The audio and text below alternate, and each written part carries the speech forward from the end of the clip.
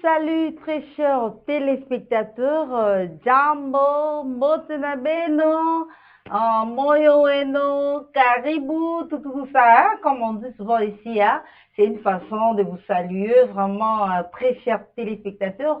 Bienvenue dans votre tranche d'animation Heavy Matin, hein, votre tranche d'animation qui vous informe, qui vous donne la joie, qui vous guette. Donc, comme vous le savez, on est là pour vous. Donc, tout le barango chaque fois, la tranche nabiso, tout la rana pour nabino, et je sais qu'il y a bino puis vous la rana pour nabino, pour nabiso plutôt. Encore bienvenue dans votre chaîne Heavy Télévision, votre chaîne événementielle, votre chaîne qui vous ressemble, hein. Ouais, chaîne nabino offre vraiment pour partout en dehors, il y a RDC, en dehors, il y a Afrique, en Europe, en Asie, donc partout, je crois que vous avez déjà branché, vous avez la tranche d'animation Nabino Heavy Matin. Ok, tout ça, pour Nabino Kande, bon, nous sommes AD avec ma consoeur. Je sais que même si ma maman mituna, oh, hello, mimususu, tout ça, que belé, ah, tout ça, belé. Je ne suis pas seule, comme vous voyez, nous sommes à deux avec ma consoeur Baby Petit. Elle va se présenter, je crois, à la nouvelleté, hein? Oui, bien. Là, je veux laisser la parole à ma consoeur, elle va se présenter. Bonjour, ma consoeur. Bonjour, maman Marceline. Oh, bonjour, femme trésor. Bonjour ah, oui. Tout le monde, là où vous nous suivez, à Kinshasa, en Europe, en Amérique, en Asie, en Australie, partout, voire même aux extrémités de la terre. Je sais que vous êtes là pour on est partout. Voilà. Et puis matin, nous vous saluons. Voilà. Waouh, c'était là. Bibi Petit. Hein? Avec qui aujourd'hui nous allons vous tenir compagnie jusqu'en mama ni mama yeyo mususu yeyo bazalaka baba ni mama tale belé mususu yeyo elle est là. Donc nous allons vous tenir compagnie jusqu'en aujourd'hui nous allons parler du droit des femmes. Je sais que beaucoup de femmes sont des ignorants.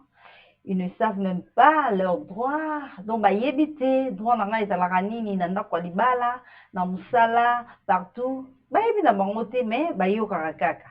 Donc, belé, basi belé, bah, zora moyen à revendiquer bah, droit na bangote parce que bah, yebi na bangote, n'est-ce pas, maman? Bah, yébité. Maman Marseille, bah, yébité parce que on peut revendiquer ce qu'on connaît. Donc, ce qu'on y est de l'autre côté, on peut revendiquer n'est Voilà pourquoi on a vu matin les lots, nous ne sommes pas du domaine, mais au moins on est des femmes. On est des femmes. Donc, quand on est dans un slogan, moi c'est Sunga Moninga. C'est ça, oui. Parce que ici, dès que tu bandis tranche na biso, ça va très cher téléspectateurs na biso. Je crois que Bazarana Bakaye déjà dans ma big bazon monté déjà. Donc parce que Bazora un plus.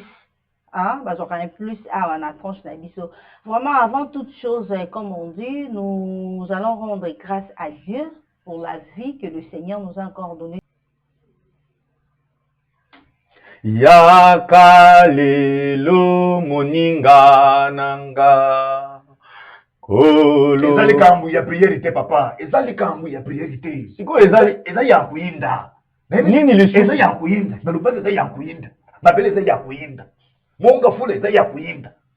Likambo ngo eza nini? Ok, restitution de la base.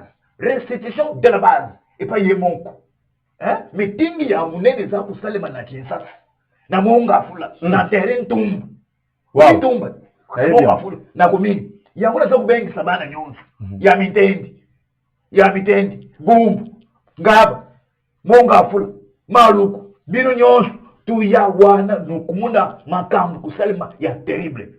Donc eyinda kaka. Eyinda kaka. Adresse yango wana eyinda kaka lokola balobi ezali kamba kosambela te ezali kamba eyinda kaka. Eyinda kaka parce que Tony Mwaba Tony ba Mwaba. Autrement dit Menel Antoine. Bouba ya buyinda papa. Bou eyinda kaka donc mokolo wana biso nyonso basali ensemble tokozala wana Satan aza nesika kokota te papa tatolobi nini. Uzo kubusana ezali le 23 août. Nalobi bien le 23 août na 13h. Tumba et baby pou bou et baby en tout cas to bengi sibiso partout bokozala le pasteur Roli azali invité tozali na ba invité nyonso bazo benganga bazo lobake est-ce que papa intel a kozala et déjà kozala biso nyonso to kozala kuna ta tozoloba tuzakuluba CG oui ensimbi masolo nyonso CG Roger Mikanda Roger Mikanda papa Roger Mikanda kozala oui papa Roger na ye Didier Ikela Ekela Didier Ekela akuzala wana bongo mama na biso maman la fleur maman la fleur maman rose moko je ba protocole nyonso tu wana maman wana est-ce qu'il y a ko sopela biso vraiment ba fololo malamu non oui bi organisation nyonso tu wana ezalaka na protocole na maman rose soki protocole za kitoko te mais worke maman rose wana ayebi protocole na dijwe na ye maman mbombo mais ça oublie encore coordinateur mutu a coordonné biloko nyonso wana papa Willy papa Willy oyebi ke papa Willy bisika nyonso bozali nayebi ke pasteur Roli azozelela badimi wana esengeli epambolama tant tozali kolia yango esengeli vraiment nzamba continue kopesa bino mafuto oyebi ke atravers ye moko te na adjoint na ye bakordo kaka mais adjoint na ye Enoch Herzel mama na ngai bazotuna nga bato bakozala bango nyonso bakozala donc ezali milulu ya minene oyo bantu baza kozela yango likambo parce que toni mwaba Menel Antoji aza kutelema aza mwana mvale aza kutelema aza kuloba nuya ibele nuya nubanga te bantu tuma kuzala tatu 100% na kuzala nubange lokote jesterela le côté pasteur Olipe akozala na église nyonso et batu nyonso bakozala monde entier bakozala oui papa Gilles Mukadi akozala ya mwasi na ye bango tu papa Gilles wana azali papa Bokilo bon oui papa Bokilo papa Bokilo na Gilles Mwaba ok mama Gilles Mwaba mama nationale mama Gilles Mwaba akuzanga te akuzala wana mama wana tozo consacrer batu na église alambela biso misuni mama nationale donc ezali te papa nazokende okanga place na ngai babile 23 mate na 13h na terrain tombe le 23 août eza koyinda papa Claude toza na kati ya base ya se entretien mbila boya ebele tozali wana tozosigner yango tokokota mpe tokobima malamu toni mwaba tozakuya ekotonda tomba etondi tomba etondi tomba etondi eyinda kaka ciao bisika nyonso bozali le pasteur Roli pardon vraiment tosengi bino tokozala wana avec le monsieur tozali toujours wana na ye papa je suis là osengaki nga nazala wana nakozala wana que le Seigneur vous bénisse tous adresse yango wana bolanda bokota partout na ba groupe bolanda yango ndenge ezali koleka adresse yango wana bozali komona ba photo voilà ezali meeting moko apesi pe yozwi apesi pe yozwi ozongi pe malamu okozonga malamu na kombo na Yesu parce que mabe kozala te porte ya Satan tokangi yango au nom de Jésus amen ciao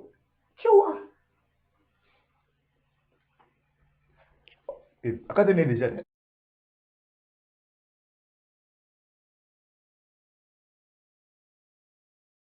sélectionner ce matin parmi les vivants, n'est-ce pas, maman?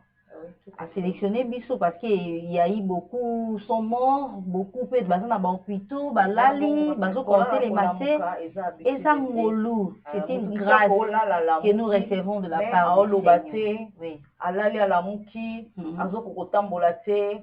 Donc, tout fait ça, mais merci. Là, on va dire merci à Dieu pour tous les sens.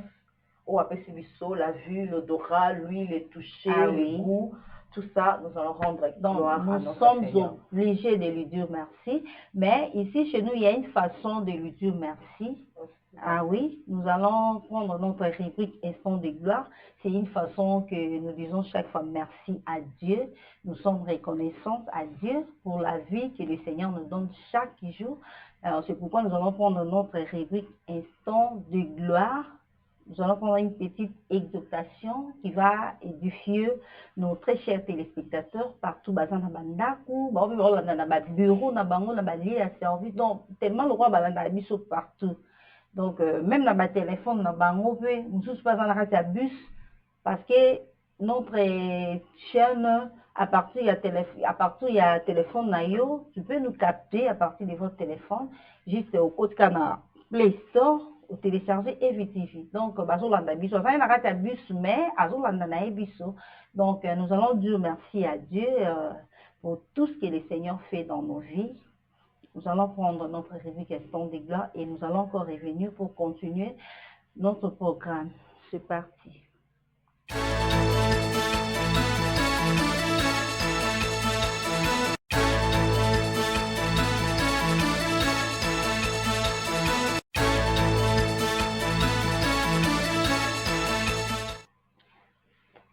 Oui, très chers téléspectateurs, comme je vous l'avais dit, nous allons prendre notre rubrique Instant de gloire. Nous allons lire dans le livre de Jérémie, Jérémie 33, 3. Nous allons lire que dit la Bible, Jérémie 33, 3. Attends, Jérémie. Toyoka Bible, ebisi biso eloko nini na Jérémie 33, 3 wana. Ma consoeur, tu peux nous aider à lire Jérémie 33, 3. La Bible nous dit, invoque-moi et je te répondrai. Je t'annoncerai de grandes choses, des choses cachées que tu ne connais pas. Encore, si vous pouvez répéter encore. Invoque-moi et je te répondrai. Je t'annoncerai de grandes choses, des choses cachées que tu ne connais pas.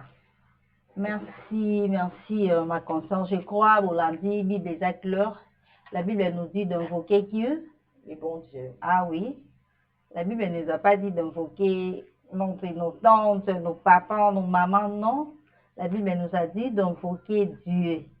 Donc, si je comprends bien, dans le verset Oyototi Kotanga, Dieu nous parle de lui invoquer dans toutes choses, de invoquer, et puis lui, il va, comment on dit? Il va nous répondre, et il va nous annoncer toutes des grandes choses. Il a bien dit des grandes choses cachées. Donc, makambo e bomana wana. Oyo ye barangote. Peut-être au basala sala na vie na yo, au basala sala na famille na bino, source na yango, source peut-être ya famille na bino, source peut-être ya bapasi oyo komela yo lelo, oyo yebite, donc ozo subir yango peut-être ozalaka na innocent.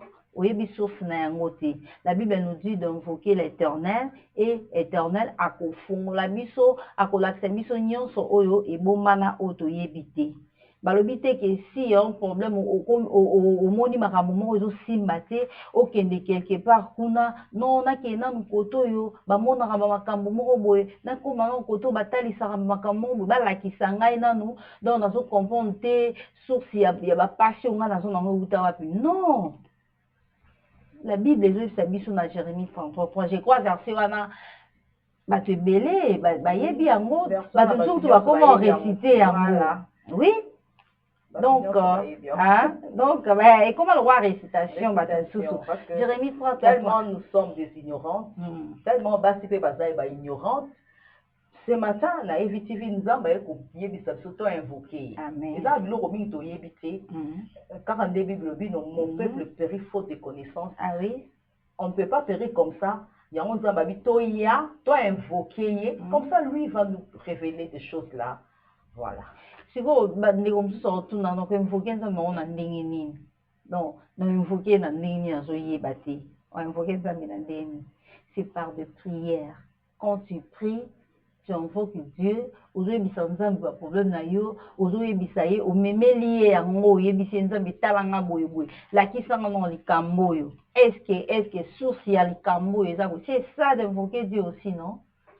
Ah oui. Dans des prières, dans des jeûnes. Parce que la Bible dit, les gens ont des démons par des jeûnes et prières. Ah oui. Donc ça aussi, c'est aussi un moyen d'invoquer Dieu. Dans des prières, dans des jeûnes. Voilà.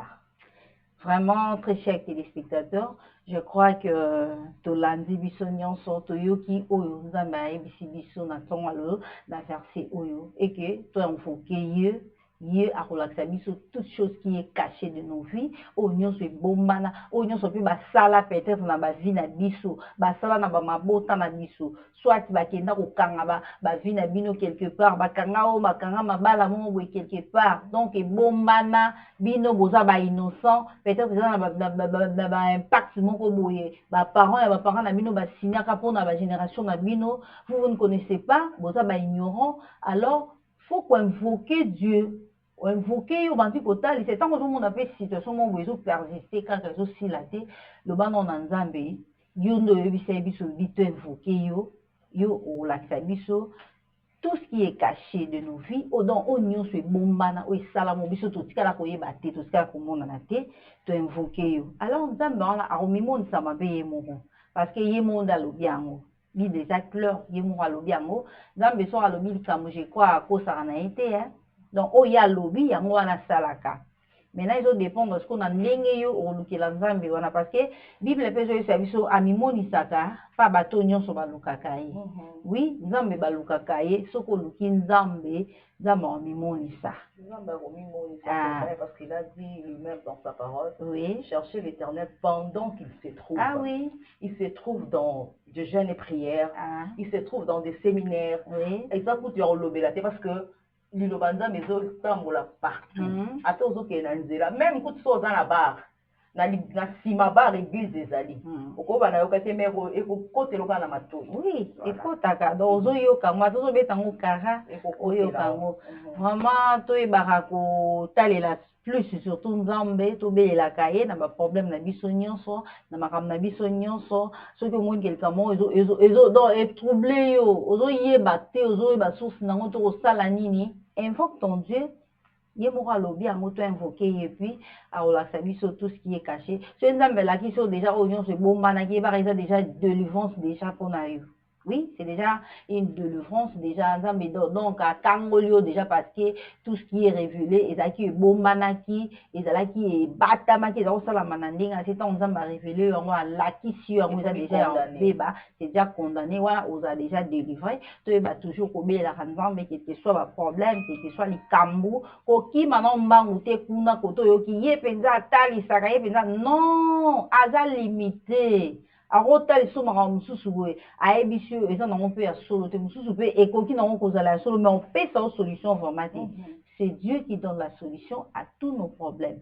Et moi, on a chaque likambo, il faut toujours toujours la cahier, parce que yé mon condé a été biso, tobé la cahier, à correspondre à biso.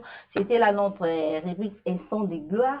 Et ça là qui, une façon, on peut s'en dire merci, je crois, place aux Amanda Kukuna. Vous avez vraiment édifié, vous avez vraiment, donc, j'ai appris vraiment quelque chose, peut-être, au Libaranote, au Yoka Amuka, version en bongo, au Yoka Amuka bongo, que Dieu vous bénisse et toujours continuer le programme Nabiso.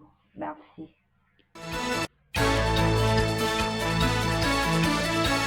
Ben, tout le vraiment, parce qu'il y a beaucoup, hein, ils ont ébélé. Ce qui te tanga donc c'est vraiment beaucoup non biso to énumérer qui quelques droits oyo pour le mélango plus pour les mélango plus vraiment les lots auto partager na bande ko basi o bazolanda biso basi karaté parce que na ba papa zolanda ngo pe yo pe landa ngo oyeba ngo mwasi azaka na ba droit mwasi ezalaka nini parce que yo automata pe mwasi na yo to il y a beaucoup plus de hommes mais bah ignorant pas droit encore devoir moi si ça là mais droit na yé droit n'est pas fort donc botaka moi pas donc bobeta ngo kara c'est pas bien. Donc yo kara ya muningo betango kara ne bande ko na biso mususu wana bazalaka. Donc bango ma basi pa na bango, ce sont des choses. Baza biloko. Ok, c'est pas bien. Maintenant, nous allons découvrir qui est une femme. Moi, si, Azanani, quand on parle de la femme, une femme, Azanani, je sais que Toyebi Toza Basi, mais moi, définition, il y a moi si. Mais évitez. Même si c'est Azan et moi si. Qui est une femme? Oh, à moi si. Moi aussi. Bon, je crois ma consoeur est là. Il est vraiment à un peu pour expliquer moi si à nani rôle ya moi si dans la société et ça nini hein rôle ya moi si ça nini dans la société rôle ya moi si dans ndako libala pas mobile na yezani selon la Bible aussi qui est une femme selon la Bible tokoye bananu yango avant to kota na kati ya sujet na biso eza bongo te Madame Marceline femme trésor prenez vos notes prenez comme maman dit non moi baza maele na yebi ke moi si moi maele Hollande ça de na kaye na moi ça maele vraiment moi ça maele zo bi na mobile moko maele zo la tika no lo sala musala etima te musala esila te mais classe to kata mo kala te zo bi zo papier na noté moi si la femme c'est le facteur du développement économique et humain. Donc moi si elle est dans le centre de développement, hein, c'est la base. La femme c'est la base. Bible écoute lobby, elle est une aide semblable. Donc aide mosungi, aide des aranani. Muto ya ko apporter aide des muto za makasi. Donc la femme a la force. Voilà, ngaso ba betinga la ko muto a makasi. Donc la ke zo o alekibino. Na benga Marceline. Donc to za makasi. Yango yo tozaka ba aide ko tozaka ba aide nzamba bengi so est-ce que bango ba yeba ke bango baza faible nous sommes de force oui misusu ba yebi yende ape se biso kombo nzamba ape se biso femme te yende on l'appellera femme parce que yebi na kati ya femme F c'est la force biso ne tozaka makasi moi si là où tu es ignorance longola nom yeba mo banda lelo oza muta makasi bon mobala azaka ne faible ye oza makasi azala ye makasi mais biso nde toza makasi lisusu koleka po biso nde babenge biso toza baide biso toyaki koseconde makasi wana faut yebisa bango bien makasi wana idoso bakasi eza ya bitumba wana bakofi wana yebisa bango bien explike bango bien makasi wana oyo mwasi aza nango bapotentialité oyo mwasi aza nango yebisa bango mwasi akala na Afrique bazali komoni kaka mwasi bilanga mwasi akala bazali komoni kaka mwasi akendaka koloba mbisi yango Camarala azali benge femme de champ femme de rivière mais là où tu es Camarala laisse-moi te dire que cette femme là a évolué elle est maintenant dans des grandes institutions de la République femme on a soki kana chanter femme on a qui est partout femme on a koti femme wana komi DG, femme wana komi donc ministre, femme wana présidente, femme wana aide wana yende muta sungaka ndako. Premier ministre wana ezane mwasi. Contrôle ya ndako, c'est la femme. L'homme ne prend pas le contrôle de la maison. C'est la femme. En tout cas, pour s'ignorer là où tu es. Tu es une aide. Bango pe ba ignorera capacité. Vous aussi les hommes, il ne faut pas ignorer. C'est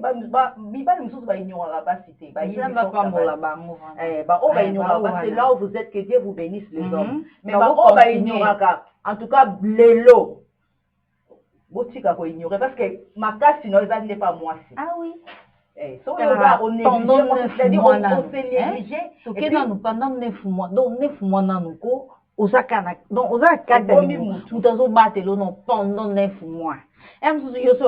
Pendant 3 jours après beaucoup je savais que la femme c'était une force et la femme c'est une force. Ce qui a yebaki que mobile azaki makasi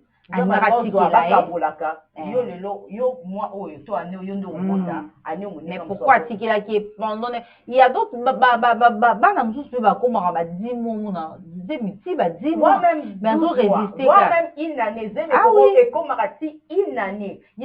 qui peut porter ce fardeau-là, cette charge-là pendant une année, si pas la femme. Si ce n'est pas la femme. Donc, c'est une force. Là où tu es, que Dieu bénisse toutes les femmes, les femmes du monde, précisément les femmes de la RDC. Vous êtes des femmes très très fortes. Hein? Vous ignorez en gros, vous ne devez pas ignorer Binoté. Donc, les femmes, nous devons seulement prendre conscience de ce que nous sommes. Tout à fait. Ah oui? Bah, si est belé, donc, bah, mié, bah, on peut, oh, bah, ça pété, on a, bah, qui n'a pas pu, ça va faible, pas mi bali. Non. Tout ça va être fort. Il y a un moment où tu as qui kosunga, tu as qui aide. Donc, ceux qui bisoté, ceux qui donc, et c'est un raïs à la rabongo. Donc, ceux qui karabango moro, boboulou. Il y a un moment où Zambé, à pona qui vraiment, le non, place sur le fait à moi. Zambé, moi, à mon équipe, comment est-ce qu'avec un bon jardin de mer? À mon équipe, souci habité. Vraiment, on a aïe, biso le voit aide. Et puis, tant il y a mon qui biso, à ceux qui soulagement, a dit oui, cette fois-ci, voilà, voilà. Donc, toi, quoi, abando sungangai, attention à l'embi, pour qu'on les m'a pas, attention à l'embi, yazawana, à renforcer, à porter mes forces. Voilà. Voilà vraiment d'Osengi, papa vraiment un maximum de respect à toutes les femmes, à toutes les mamans. Donc, maximum vraiment un respect. Hein? Donc, vous pouvez saluer ce moment en mot, vraiment, parce que tout mérité en mot. Eh bien, 40 de Bisakibino, je crois, tout côté les ma plus de tout le baki, na. Point d'abisso oyo, tout la violence conjugale. Donc, toujours la violence conjugale. Toujours téléma vraiment wana. C'est quoi la violence conjugale? Violence conjugale, les nini, violence ou ça la marawapi. Penani toujours à la victime de violence wana. Ils la nani. Pourquoi toujours kaka yé? Tout ça la nini pour violence wana et si là. Il y a un monde tout ça là. Quand on parle de la violence conjugale, les décès, je ne sais pas, ceux qui vont expliquer, violence conjugale, les violence nini, et ça la marawapi, et là, il y a toujours, comment on dit, victime, il y a violence ouana. Il belé baé bar la maman pété. Violence conjugale. Quand on parle de violence conjugale. Beaucoup plus conjugal, on voit les foyers, on voit les mariages. Mouton la victime de la violence conjugale, c'est la femme. Que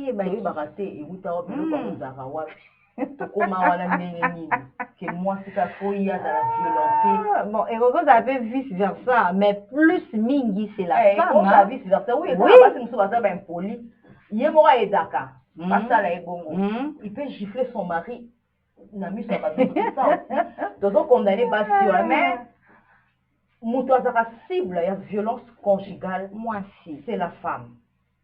Moi sinde ezalaka nini bino bato bobenga to bobi toza être semblable yo muto féliciter ngolobi cette fois-ci yo muto lobi on l'appellera femme avec tous ces éloges pas yoana ndoko biko yeli susu pona ko sala owa babengi violence conjugale ko simba na nzoto aspect na obinga zaka physique morale psychologique c'est l'homme cible neza moi moi ça bolingo pona yo komi c'est cible na yo komi c'est sac à porteur yo komi c'est ennemi na yo vraiment mais moi sono loi que autrefois c'est là que beloge moi ça ka yo moko bimisa misolo na po balaye obosani nyonso obosani na ba pasi omona ki okeluka ye okitomba ba va et vient wana obosani nyonso yo Yo puis papa si là yo puis pan. On sani yango vraiment. Ça va tu restenga malikolo la na mwasi wana.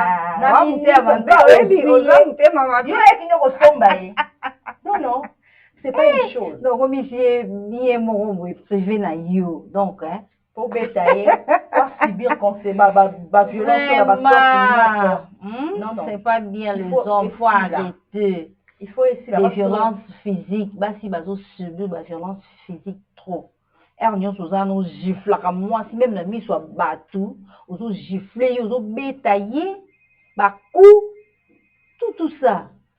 Maman Marceline, tant qu'on a zoya na tongo na chaîne. OK maman. Na moni moninga mwasi lisu tomatine ka zoya moto Ah na tuni madame ka ba moto ndem tezo kwesa biso babi. Eza moto tenga beza ni. Ba beta ki aboyi koloba j'ai vite compris comprendre que ba beta ki. Ba beta ki. O beta ki. Tala ndenga zindi côté wana. Après a baby yo ke luka boté mususu ndo ande yo ndo baby si. Vraiment. Celle qui était autrefois chérie le lo combien lingaki omisie nini ring box. Vraiment. Oh ça fleur na yo vraiment.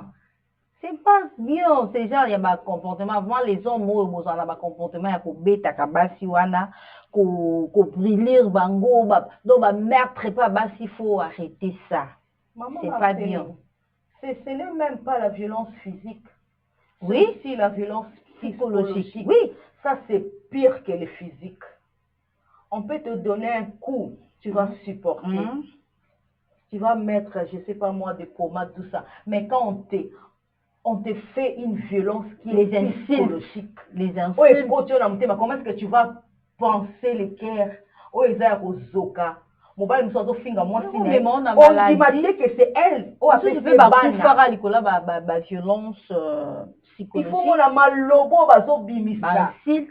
Quand eloko wana ya mama nao ezalaka nini ya mama nao. Nous dévaloriser moi si tout ça ils ont qui ça y est dans mon thème ils ont ça y est dans mon thème malem ils ont qui ne kolia y est justement malem le bureau ka webu akoyi nyonso wana parce que yo ndo za victime yo ndé to sali bon so basi lelo bazo kufa. Laisse-moi te dire maman Marceline, ce n'est pas esa maladie moko te ou malaria te. Non, beaucoup plus ce sont les insultes.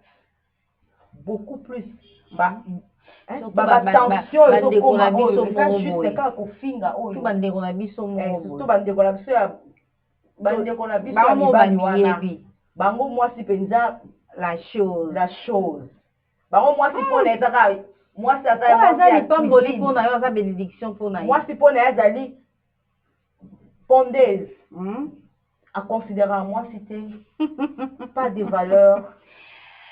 Oui, que l'isolement aussi fait partie aussi de la violence psychologique. Mais je te dis. Isola moi si na yo, donc moi si yo ba fait yo moko.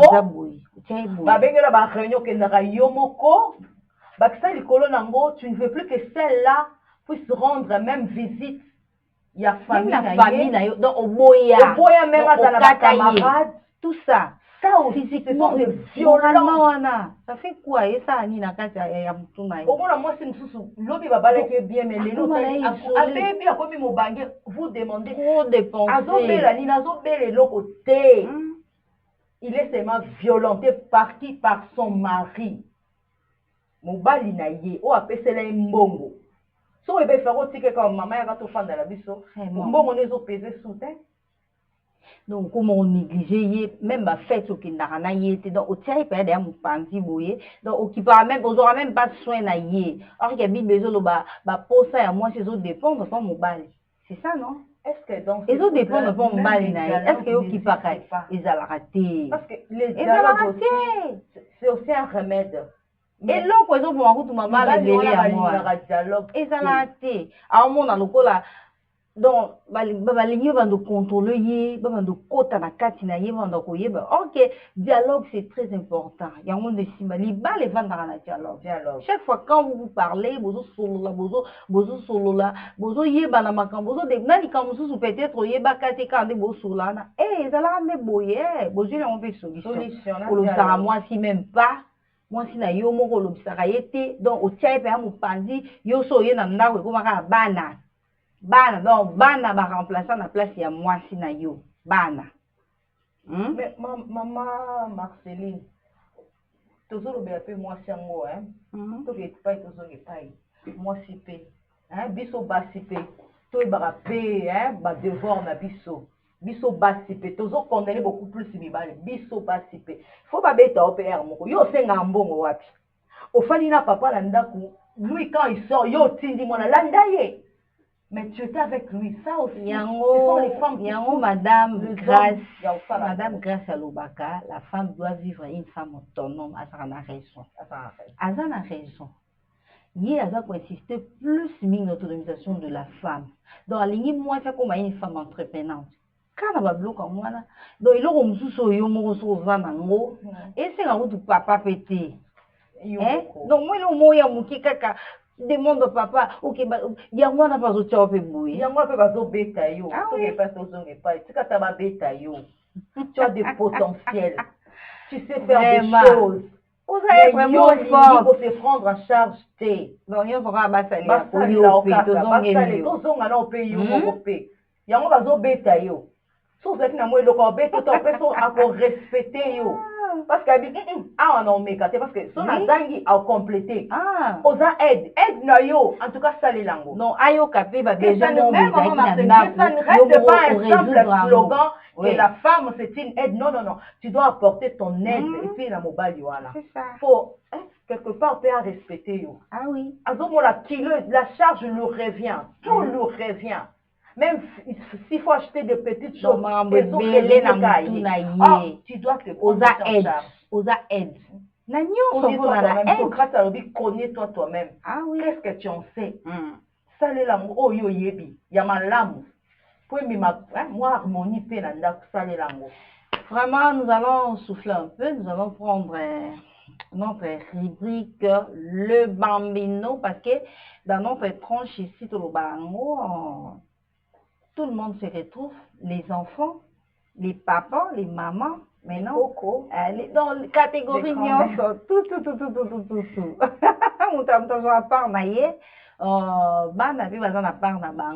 Nous allons prendre rubrique Le Bambino avec les enfants. Hein.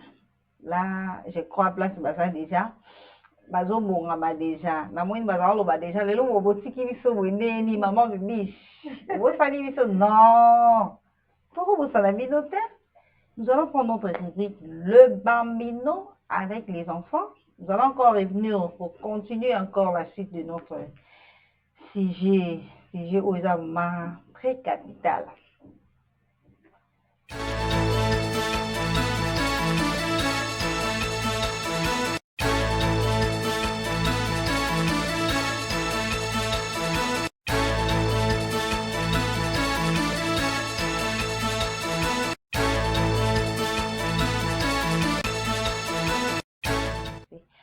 Eh bien, merci. Nous sommes encore de retour dans notre plateau, les enfants. Je crois aujourd'hui, nous allons vous parler de l'histoire de Joseph. Hein? Joseph et la femme de Potiphar. Je crois à l'écodime, on vous a déjà dit ça, on vous a déjà rencontré cette histoire-là, l'histoire de Joseph et la femme de Potiphar. Oui, nous allons suivre d'abord les textes avec ma concert Bibi et puis tozonga po to expliquer bino to sola to partager na bino ndenge kaka bosola na ya glodi lelo biso nde to toza na place ya glodi lelo bo lukai bo mona lelo déjà biso. OK, c'est parti hein. On va parler de l'histoire de Joseph et la femme de Potiphar. L'histoire se présente de la manière ainsi. Joseph était esclave, mais Dieu était avec lui. Joseph a beaucoup de succès. Il est chargé de la maison de Potiphar. La femme de Potiphar aime Joseph. Elle lui tente de faire une mauvaise chose. Joseph refuse de le faire. Un jour, elle attaque Joseph. Elle essaie de lui faire quelque chose de mal. Il s'enfuit. Lorsque Potiphar arrive à la maison, sa femme ment sur ce qui s'est passé. Elle dit que Joseph avait fait quelque chose de mal. Potiphar est très en colère. Il envoie Joseph en prison. Dieu a aidé Joseph même pendant qu'il est en prison. Amen. Amen. Je crois que vous avez suivi l'histoire de Joseph. Joseph, il était, il était domestique dans la maison de Potiphar. Potiphar, il était un chef. Il était un chef.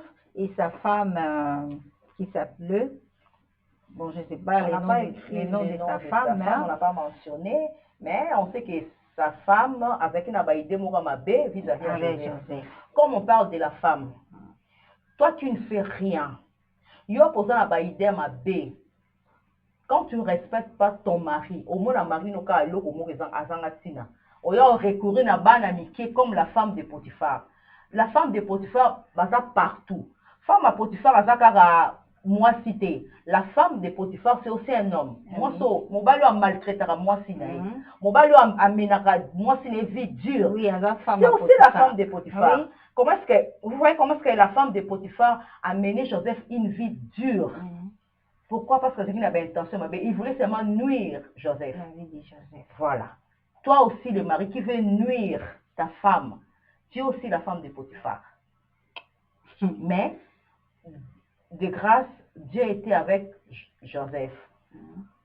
Les enfants, là où vous êtes, il faut faire en sorte que Dieu soit avec vous. Il faut marcher dans la sainteté. Parce que la plupart jeunesse à l'autre, tous ont la Potiphar. Ah, moi, ça Potiphar, la Joseph. Mais, laisse-moi te dire, maman Marceline, et ça, Joseph, on va la Potiphar, bango moko. Bango moko. Parce qu'on mène ma vie, bango dur, simplement parce que on la Potiphar. N'habitez. Maman, si nous collons, pour la balle à la biseau, non, tout ça qu'on interdire bango, base à la caractère, ou à la thé, à la moi, si à Potiphar. Toujours beau, et à moi, toujours fait qui ça, bango, base à la modèle, base à la exemple. Comme Joseph. Comme Joseph a boyaki, qui vraiment déterminé à boyaki. Moi, ça peut faire même à tika qui n'est la maille Joseph, non? À tika nango, à cause même mobile naïe que Joseph a violé, à l'objet le m'a rebellé, t'allais la main écoute or que c'était du mensonge. Joseph a boyaki vraiment parce qu'il est là qui bien té, à boyaki ango. Alors, il faut que l'ingama mambalokutate. Vous avez un caractère qui est en cause, il a rabattu ma ramouté, le coup, la moi, c'est Potiphar. Moi, il y a cause, il Joseph, mais Joseph, tellement qu'il est innocent, mais a justifié qui est. Ah oui, donc moi, ça m'a aidé, oui, on parle de la femme. C'est vrai, on parle de la femme. Mais, moi, ça m'a aidé. Sinon, c'est la carte mobile non makambu ndenge mosa Potiphar akose Joseph o azala mobile mabe o alinganga te o asala keloko te o apesa nga mbongo te mais asa pesa mbongo. Toi tu n'es pas autonome, tu ne sais pas comment multiplier yango nozo zongisela ka mabe ki asalinga mabe ndenge mosa Potiphar azu faire Joseph mabe ke Joseph o linganga abimi nanga nzoka ndeza lokuta. Donc toujours il s'appelle banana biso. Banabiso pe bolanda biso par rapport à histoire oyo je crois bango pe bazui moi quelque chose hein ajouter en plus donc kosa kobuka lokuta ezali mabe na ba façon nango nyonso même à la mabe likambo oyo ezate kofonder yango te koloba yango te parce que ezalaka la punition nango ezalaka yo omonaka ke leo nakoseli makambo ok moninga azalaki na innocent okoseli makambo on a plus parlé de la femme de Potiphar mais au moins on a parlé de Potiphar. Joseph dans sa gloire on a parlé de Potiphar mais moi ça Potiphar parce que malobélité que baba obeta sur le solo na ok tant que yozo sala mabe on parlera plus de toi. Très attention on va qu'on disparaître pamba donc simplement dans le kuta oyo otiaki o salaki donc mensonge to pratique à moté ils a pratique moko ya bien te oyo suka lo moi ça Potiphar mais suka pe yeba na kaki azaki lokuta Yende muto abandé convier Joseph, yende muto luka qui va problème pas Joseph et Joseph fazaki na innocent et puis Joseph pas boyaki. Oh monsieur soupe bon on peut à mon aka moi ça me pour à proposer qui Joseph hein. Oui, il y a eu des propositions à proposer qui Joseph, ce qui Joseph a lingaki, peut-être linga PC ba blo mon peut y belé soit ça peut que à gloire te o nzamba bomé. Angazo amo. Ce que meka ya ngabe sa destiné na ye. Moi si yo pe nda ko soit patiente. Même si tu ne vois rien, laisse-moi te dire, lobby qu'au sourire. Même si aujourd'hui il passe ses alliés, lobby, ce sont des moments où ça va passer. C'est dans le tobel comme Moussous. Et ça, la base, c'est Moussous. Dès que moi, c'est Moussous, ma PC prophétie, bah, lobby que, au bas là, ministre. Obi yelo ko nya dosala. Yelo ko ko leka na ba. Ministre, on est à wapi parce que ba ebisaki. Oh, tu dis le monsieur là qui est avec toi. Ozo négligé wana ye wana lobi oko ba ministre do ya lika na ba ministère ya zo kenda na ka. Oh, moi ça pour te faire so ka petit Joseph. Le quoi la mona musana na bango la patience aussi domestique.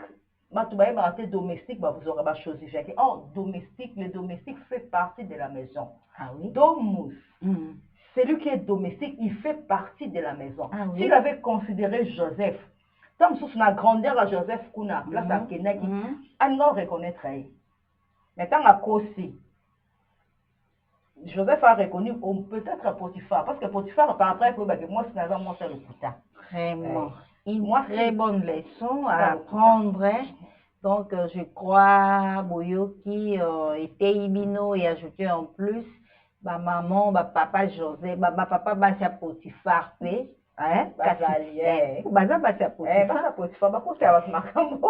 ma papa Basia Potiphar, botika, ba caractère wana, botika, ba pratique wana ya mabi wana. Bino be bana biso be kozi, vous aussi des enfants, faut plus pratiquer ba pratique wana ya mabi wana. Yo kosi la baninga makam parce que bo soukara lo wa Basia Potiphar, ils sont pas qui est. Merci beaucoup. Je crois, Bossepeli, histoire en haut, bien. Tout ça, tu continues à toujours apprendre bino ba histoire au vraiment et zoya quoi ajouter en plus pas na bino bana même na ba maman vraiment on est là, nous continuons toujours dans notre programme. Hein. Merci pour cet instant bambino. Nous passons maintenant à autre.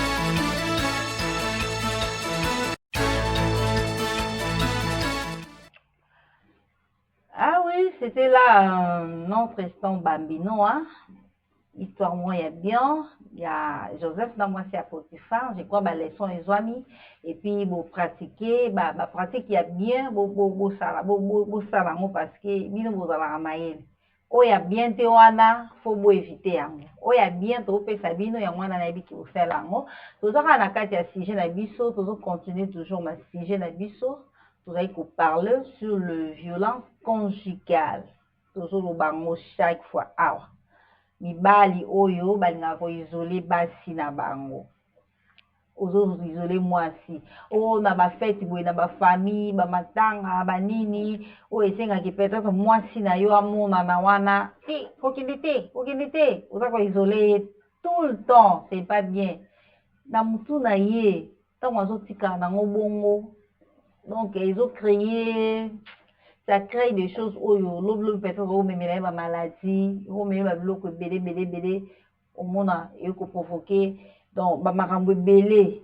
Donc moralement, azotikalana, comment on dit, donc azotikalana, na terme mon médecine va le barango, je dis, azotikalana séquelle, c'est ça. Azot kana ba séquelle wana donc et ça bien té alors il peut okufa pe asali pe crise pe ah yo zo mona nga mwelo mwa que asali pe crise a okufa donc c'est pas bien lui elle est là pour toi azo sa l'onyonso azo sa nyonso po yo zala bien parce qu'elle a aide na yo de maladie cardiovasculaire c'est dire quoi kana ba bloko wana unko isoler muninga trop. Hein? Et puis, à sous-estimer. Oui. À Romital, est-ce que la question, on va se poser tant de questions. Est-ce que vraiment. Peut-être que maman Marceline, tant que moi ça Potiphar on peut soit la qui Joseph Potiphar pas cause à le ligne pas mibali voilà mibali on ba okima on ba si musu ba recourir na ba Joseph ya solo eza bongo yo dit on faire recourir na Joseph avec ça vient moi la bateau aussi longtemps que yo ndo bala na mbongo toi tu peux faire tout pour lui pour elle plutôt mais au tikier kasi yango moni de fait au tikier moni ke mibali mususu pe bango mo pe basala ke basi na mo ba bima pe libanda na ba blo bongo isolement bongo tant on nous occuper te ozo ko isoler ye vanda moni ke ça ne va pas afala ni au monde aye pas bimi na ye donc basi o bazala penza donc basi azana sans foutiste ko o alobama o tie to tie donc yo za kuna ye pe mais oyo ba yebi nzambe wana za mwasi azoba ba ko fanda mais conséquences za nini maman c'est que basi ni ba koma frigide oui à cause de l'isolement. Ça provoque beaucoup, ce n'est pas bien. Comment on la moisi bon moisi naie pourquoi qu'on la mutu bon moisi ne moi ça longolo qui mobali na ote mais yo longolo qui bon moisi naie ce n'est pas bien. Vraiment je crois Potiphar on a indexé les hommes Potiphar. Ça aussi la pousse aussi me revient pour me dire que ngapé na osala té voilà ngapé na osala té pour de peur que na perdre yo pe ko sala té pour perdre ngai ah oui on perdre non seulement na kolinga mutu mususu mais on perdre nga parce que na okufa makambo ozosala eroboma ekobomisa eza makambo ebomisaka basi mingi maman mpe ezalaka vice versa il y a aussi d'autres femmes mpe oyo mpe baizolaka mpe mibali na bango mpe bazali na kati ya bandako na bango mabala c'est ça que je dis quand je t'indexe tu vois la pousse me revient donc c'est dire nga mo mpe je veux faire attention nga mo mpe na mikeba ezaka te mwasi tozopointe ka mibali oui tokopointe mibali parce qu'on parle de la femme mais il y a aussi des femmes mais on parle souvent de la femme basali ke mobali azomiyeba te est-ce que naza mobali to na mobali te elle prend le dessus elle gifle même son mari na miso bato aogangela basi baimpoli aussi baexistaka mais biso toza na mpona mwasi wana te toyokopesa nde mwasi yo miyeba mwasi miyeba oza nani omiyeba no pe tina na na yo mpe ya mobali yango pe devoir na yo vis-à-vis ya mobali wana azobondela no mpe ozwi nanu ntango oyebisi nzambe elakisanga no vision na nga elakisanga mission na nga no pembeni mpe ya mobali oyo pesinga ezalaka nini fo yeba ngo kasi biso mpe totunaka te mabende ya basi parce que batunaka te ye amoni kaka mobali kitoko atuni te est ce que eza yanga aska ye aza yanga ye aluli bote mokonzi na nga moko abetelanga lisolo alobi le mariage arrangé kuta ezowumela par rapport oyo yo moko tie litoi na nzela yo moko olingi ye yo moko osepeli na ye mais yo moko osepeli na ye par rapport oboyi ye mais faut kuta bamariage arrangé peut-être basi wana bamariage arrangé wana nde yango nde mutu amiyebi ke famille oyo mutu aboye aorespecte ngai peut-être tozonga na mwa batemps wana ya bamariage arrangé peut-être ekozala bafoyer ekozala bien ke mutu oyo moko olingi na nzela et par rapport yo moko ko maltraiter ye tu vois obosani no nyonso wana ozoyebisa ye donc obosani yango vraiment eke nango na mai obwaki yango vraiment donc okomobeteka ballon na kati ya ndako lokola ballon na kati na terrain ozobeta ye boye c'est pas bien hein? Chers hommes des hommes toyeba kovaloriser basi na biso totika kotraumatiser basi baza basungi bible elobi baza baaide yo moko olinga okoka te yango nzambe atindaki aide wana pembeni na yo donc aye po aseconde yo donc aye po asala cœur makambo mosusu yo moko okokaki te ensemble bino mibale bible elobi deux valent mieux que un eza na raison pourquoi eloba bongo parce que emonaki moko akoka te makambo eza ebele akokoka te yango wana atinda ye mosungi no aya kosunga yo alors linga mosungi na yo zala na ye bien respecter ye valeur pesa ye valeur parce que valeur ya mwasi ezalaka mpe mpa mobali nde balobaka ezalaka bongo valeur ya mwasi bato mpe batala bando tala mwasi na yo epana non bando tala yo epa mwasi na yo c'est ça so bayi bayeba o nani ozali baotala mwasi barecourir vers ta femme batala valoriser mwasi na yo comment est-ce que elle se comporte, comment est-ce qu'elle attaque, comment est-ce qu'elle solo laka. Donc moi si n'a représenté yo. Et dans la place où yo rose à la thé, aux en attente, non, ma femme, toi tu peux aller me représenter, tout au fin de moi. Est-ce que yo aussi n'endeng yo so vindi selongi. Donc na ba ma tutu wana, aketa mo nka bon. Okoma te, na moi sanga azamanga mabete ndenge nini. Kasi yo bike basi mususu babeba eza mibali nde babebisi bango. Abando répondre ba awe bo sola. O sola mabe o sola bien ndenge nini. Donc yo mo no sola non mabe. Donc yo mo bebisa mwasi na yo bozala bino bien. Obazo sa makamoko boye, mwasi soka tuni ana droit parce que ana droit ya otuna fo yeba nyonso. Fana na droit ya oyeba entre yo na mwasi lo moko te ya bomba niza wana. Ko bombele lo ko monte fo tout mam nyonso eza na mesa. Mwasi abduso akotuna ta makambo salaire atuni salaire no ko lakisaka ye te ayebaka te so opese ka mwa mokie ezwa esili ope amso kosala ngo ba dépense ya ndako ekoki te moyen a épargner we eza te soki atuni au s'enflammer donc on a que dans ça nanga non seulement aussi ko ikona o ba belé tout ça moralement ebelo ko zo créer na moto mwasi ebelo ko zo créer au perdre mwasi o azali kabona yo aza bénédiction na yo nzamba pesi yo non yo moko peka na muzoba na mo perdre ye perdre na makambo ya bien yo kuta na bandoki moko boye ba ko perdre par ta propre faute l'héritage que Dieu t'a donné. Oui. Dieu t'a donné une jolie femme. Dieu t'a donné une femme bonne femme. Mais on perdre ye kala babuzoba on perdre ye na kofinga. Moi c'est mususu elle est tellement fragile ko kamaka kofinga te. Akimio to akokaka kobeta te obeti aboyo to akufi pe obi ko koma assassin koma meurtrier mais eloko yo kana quitter la vie et comme Elio. Pourquoi? Donc parce que tu ne te connais pas, tu ne te connais pas. Au milieu du pété, moi boy ba moninga ezate. Oh Bible nous dit aimer ton prochain. Linga moninga na yo. Bible soki ka wana te. Ndenge yo moko mi linga. Est-ce que yo moko mi beta? Est-ce que yo moko penza? O mi beta, ndongo sa Bible écoute zo ba mo 1 + 1 = 1. Donc tant vous balani vous sangani selon la Bible beaucoup mi mutu moko. Kota mozo beta mwasi wana. Kami beta yo moko beta. Soko beti ngabe la beti yo. Po biso mbale to kene nini? Non, ozo ni beta, zo mona te. Donc si que la pratique wana ko sala mo souté, pesa mwasi valeur na ye, linga mwasi za na sengo parce que azali pambol non. Mwasi soka zo lela na ndako oza na sengo te oza na kimia te. Rien ne va marcher. Et là comment te ko marcher, je vous dis. Je vous dis, et l'autre côté qu'on marche. Et puis moi, si on a la capacité même, il y a un bébé, c'est là, on m'a bébé. Surtout si on a moi, si on a un fléchi, ça a un genou, na yé. Et puis, il y a un bon maillot. On a un danger. Non! On évite. Et ça, bon, maman Marceline. On évite. Danger. On a danger. Quel est encore le cas de nous? Quand on a ça, on a été. Yom to beta, yom to on la moi si.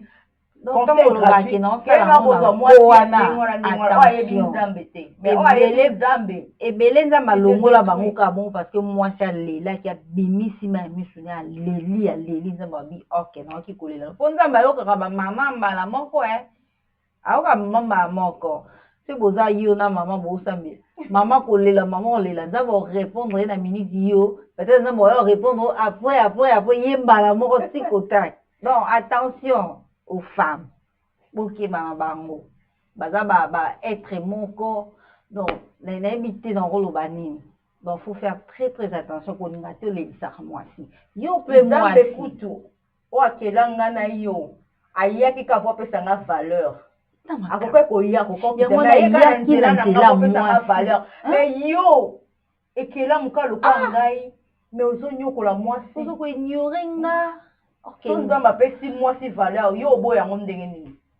Pesa mwasi en valeur.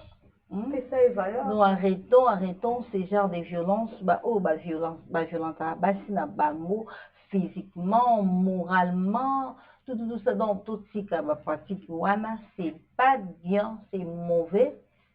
Tout ça manara bon nato se soutenir donc yangwana bibi a mosungi aka pona kosunga poso pe zaika yo moko ngoko kati yangwana azoka mosungi pembeni na yo alors faut koyeba ba capacité omuninga aza nango et puis yeba ba talent oyo aza nango akoza na talent moko boye ye mo mpe amiyebi na ye teke na biloko moko boye kati yo oyebi yango oke koétouffe sala sikoyo de sorte ke talent wana ebima c'est pour votre bien c'est pour la famille kolinga mpe moto eza boye yo oyebi moninga aza na don moko lo ede ye yo étouffe oyebi te so natiki aolekela ngai neti mobali mosusu abala mwasi aza mayele misala yango oyo ezoya sala alingi te avandaka na ndako ozokanga ye olinga yo moko nyokwama ok si totali bafoye oyo bazovivre mwa miel lelo ezo bafoye oyo eza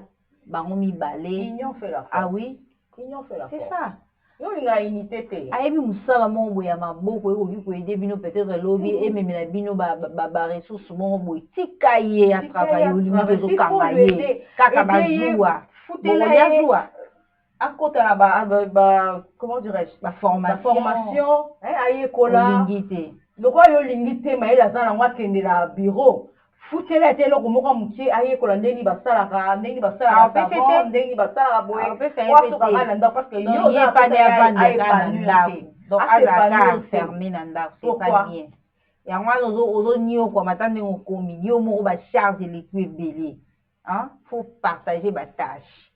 Donc, c'était là notre sujet où Tomikaki un peu qu'on parle plus Nabino. Donc, to bongi ça qui vraiment to ba qui soit to lobel en côté. Bamsou soyo kangote parce que pas bamsou c'est comme un normal. Donc comme un normal mobile mo oui abeta ba ne mo singa to nyonso normal. Ye mo même na mi so ba bibi boton na zonga bo beta ngai ayebi déjà. Donc au finga na yo ye ko dévaloriser ye c'est pas bien. Même na droit mo kana mi so zo pexer. Ça na bambano nango hein. Bibe ko nango eza fonctionnement trozala na maître avocat, je crois, à expliquer Busso que dit la loi par rapport à tu valeur wana nyonso wana oyo bomena basi na bandaku na bamisala partout boye bake mibe présent na mboka.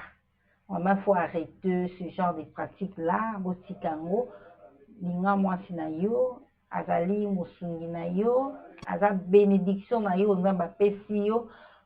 Ozolinga mwasi no mingi oza na yebi omona pe makambo efungwamaka ozomona baporte ezoki efungwama kaka yango moko parce que elle prie pour toi azofleche bagenou na ntango azolela mpona yo nzambe lokola ayokaka ne biso mbala moko pa afungoli mbala moko ozomona kolinga te alelaka mpona yo vraiment les femmes aussi tozwa pe conscience toyeba vraiment komivaloriser mpe biso moko biso moko tomipesa pe valeur tomiyeba bapotentialité oyo toza nango tomidécouvrir biso moko batalent oyo toza nango vraiment tobimisa yango tobomba yango te tobimisa yango pour que esunga vraiment mabota esunga mpe bafamille esunga donc mobali mpe amona non nazwa vraiment un plus donc nabakisa vraiment un plus et puis famille na ye baloba mpe ke mwana na biso vraiment ayela biso un plus abakisela biso ya motuya na kati ya famille eza deux côtés côté ya mwasi eza mpe monkambo bazeka bongo je crois nous tendons vraiment vers la fin tozokende na suka ya tranche na biso tosalaka appel moko tosenga na yo toza na baproduit na yo olingi basala promotion ya biloko na yo oza nango olingi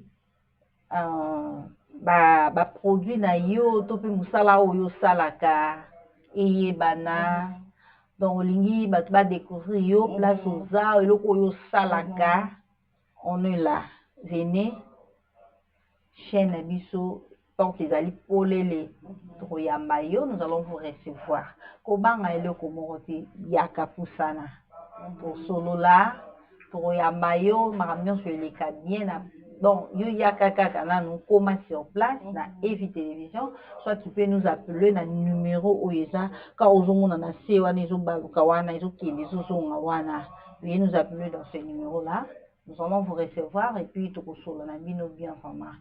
Donc, je crois nous sommes arrivés à la fin de notre tranche d'aujourd'hui. Un mot à toutes les femmes. Ça merci. Ma maman, merci. Celles-là qui nous ont suivis. Oh, bah noter. Oh, bah se retrouver paix. Maman m'a aidé. En tout cas, nous vous disons un grand merci. Restez toujours branchés dans notre chaîne Evi TV. Kaka ndenge mama Martine alobaki ata so ozolamba otala ata so oza wapi otala au travers téléphone otala ata so oza na bus so monika ngonge koki otala biso ata so oza na chambre. Donc nous on est partout hein tokotaka na bisika nyonso sans permission biso tokotaka to frapper porte tokota na chambre tokota na bus tokota na voiture voire même na moto olanda biso. Merci beaucoup, merci. Merci à vous tous qui nous ont suivis partout. Vous êtes en dehors de la RDC, en Europe, en France, en Amérique, aux États-Unis, partout, en Australie, parce que nous sommes partout, hein, monde entier. Merci dans les Caraïbes branchés. Merci aussi à la régie là-bas, à la technique aussi. Merci pour ces très belles images.